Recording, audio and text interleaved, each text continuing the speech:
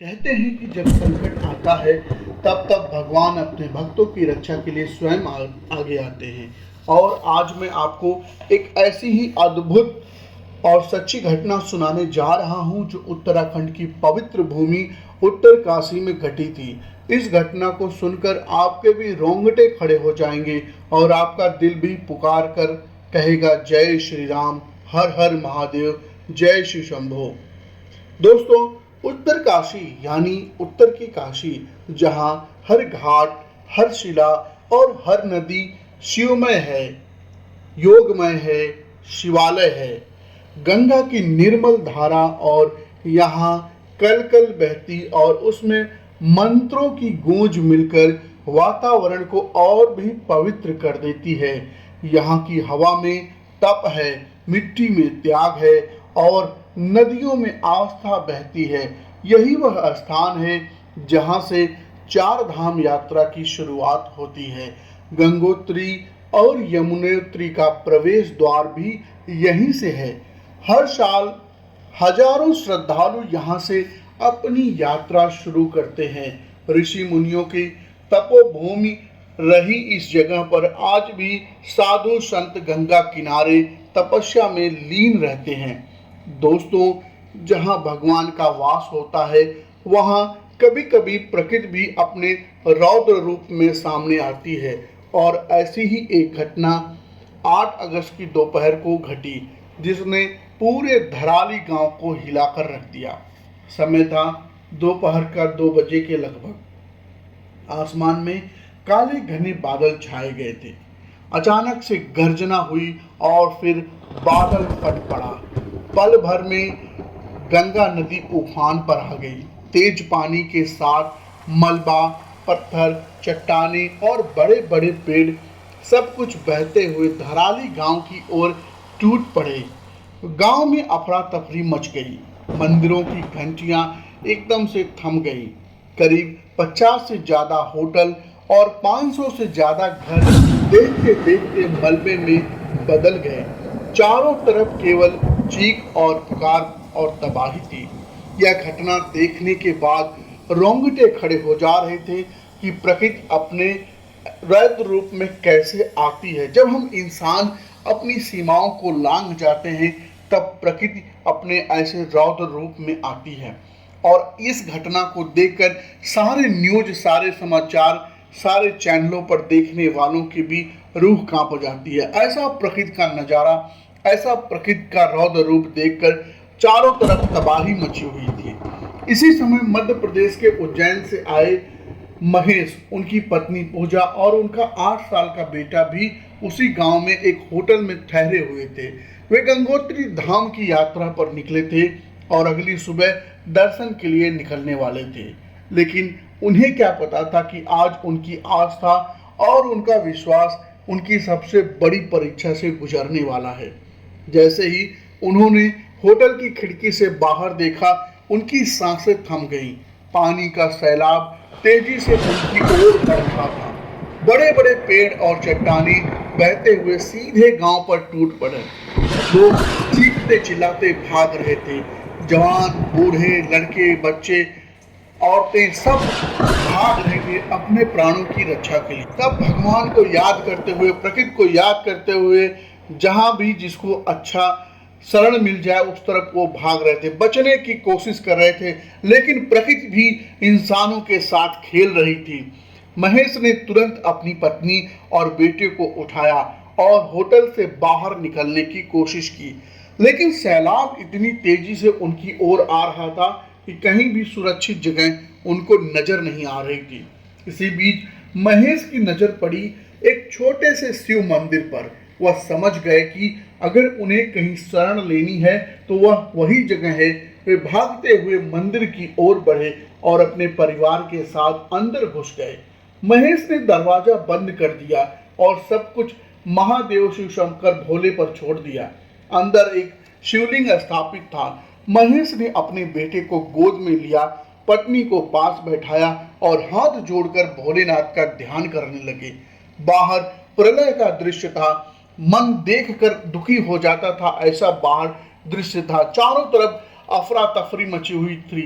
चारों तरफ प्रकृति का रौद्र रूप से प्रलय प्रलय ही प्रलय दिखाई दे रहा था। कोई भी जानवर, कोई भी इंसान ऐसा लग रहा था कि वो बचेगा नहीं। मंदिर के चारों तरफ मलबा और पानी बह रहा था।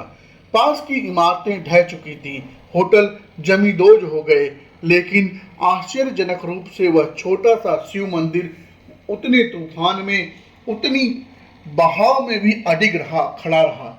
करीब 1.5 घंटे तक सैलाब मंदिर से टकराता रहा। बड़ी बड़ी चट्टानें मंदिर की दीवारों से टकराईं, लेकिन मंदिर को खरोच तक नहीं आई। महेश और बाकी लोग केवल भोलेनाथ का नाम जपते रहे। हर हर महादेव, जय शिव शंभू, जय भोलेनाथ। रात भर मंदिर का दरवाजा मलबे में दबा रहा। अंदर सभी लोग भूखे प्यासे बैठे रहे, लेकिन विश्वास था कि महादेव उनकी रक्षा कर रहे हैं। महादेव उनको बचा लेंगे, महादेव उनके पूरे परिवार को बचा लेंगे। सुबह जब बचाव दल वहां पहुंचा तो उन्हें मंदिर का शिखर मलबे के बीच से दिखाई दिया। जब दरवाजा खोला गया तो सब लोग चकित रह गए। अंदर 6 लोग बिल्कुल सुरक्षित बैठे हुए थे, जिसमें महेश, उनकी पत्नी और उनका बेटा भी शामिल था। दोस्तों, यह केवल भगवान भोलेनाथ महादेव का चमत्कार था। जब आसपास बड़ी बड़ी इमारतें ढह गईं, तब भी वह छोटा सा मंदिर सुरक्षित रहा, क्योंकि भक्तों ने वहां शरण ली थी। लेकिन अब सवाल यह है कि आखिर देवभूमि पर ऐसी आपदाएं बार बार क्यों आ रही हैं? ऐसी घटनाएं हम न्यूज़पेपर में, समाचार में हर बार क्यों देख रहे हैं कि क्यों ऐसी घटनाएं हो रही हैं जहां पे श्रद्धावान व्यक्ति जाता है और अपनी जान को गंवा बैठता है। कभी केदारनाथ में, कभी उत्तरकाशी में, कभी बद्रीनाथ के रास्ते पर बहुत ऐसी घटनाएं हमें देखने और सुनने को मिलती हैं। क्या यह केवल प्राकृतिक आपदा है या फिर महादेव का कोई संदेश इसमें छुपा हुआ है? दोस्तों, आज भक्त की जगह दिखावा बढ़ गया है। जहां पहले श्रद्धालु नंगे पांव तपस्या भाव से यात्रा करते थे, आज वहां लोग कैमरों और मोबाइल लेकर घूमते हैं। पूजा पाठ अब सेवा शुल्क बन गया। जहां भगवान के दर्शन निःशुल्क होते थे, आज वीआईपी पास और पैसों की लाइनें लगी हैं। पहाड़ों पर बड़े बड़े होटल खड़े कर दिए गए। नदियों में गंदगी और प्लास्टिक फेंकी जा रही है। जहां पहले मंत्रों की गूंज थी, वहां अब शोरगुल है। क्या यह देवभूमि सह पाएगी? क्या यह भोलेनाथ को अच्छा लगेगा? दोस्तों, जब धर्म की मर्यादा टूटती है तो भगवान केवल देखते नहीं बल्कि प्रकृति के जरिए जवाब देते हैं। बाढ़, भूस्खलन और बादल फटना ये केवल आपदाएं नहीं बल्कि चेतावनियां हैं। अब भी समय है। प्रकृति हमको ये बता रही है कि अब भी समय है, संभल जाओ, वरना इससे भी खतरनाक मंजर देखने को मिलेगा। जहां कभी पवित्र मंत्रों की गूंजती थी, आज वहां बड़े बड़े होटल, बार, पब, वहां पे नशा का कारोबार भी हो रहा है। ऐसी जगहों पर प्रकृति हमें हर साल ये संदेश दे रही है कि दिन प्रतिदिन हम बहुत गलत दिशा में जा रहे हैं, मानव बहुत गलत दिशा में बढ़ता जा रहा है। अभी भी समय है, संभल जाओ, वरना हर बार यही हालत होता है इंसानों के साथ। प्रकृति अपने केवल एक अंगुली माल हिलाती है, उसमें बहुत सारे इंसान, बहुत सारे मानव यह धरती से चले जाते हैं। हर हर महादेव कहना बहुत आसान है, लेकिन हर हर महादेव को जीना बहुत कठिन है। जय श्री शंभू भोलेनाथ बोलना बहुत आसान है, लेकिन उनके तत्व को अपने जीवन में अपनाना ये बहुत बड़ी बात है। भगवान शिव शंभू अमृत की जगह विष को अपने गले में धारण करते हैं। वो भी बताते हैं कि जितना नकारात्मक चीजें हैं उसको अपने कंठ में धारण करके मुख से अमृत की तरह मीठा बोलना ये हर इंसान को चाहिए। लेकिन आज हर इंसान मतलब की दुनिया में आगे बढ़ना चाहता है। अपना काम हो जाए, चाहे दूसरे का नुकसान ही क्यों ना हो, इस तर्ज पे इंसान आगे बढ़ रहा है, जिससे प्रकृति हमें बार बार ये चेतावनी देती है, ये संदेश देती है कि अब भी समय है।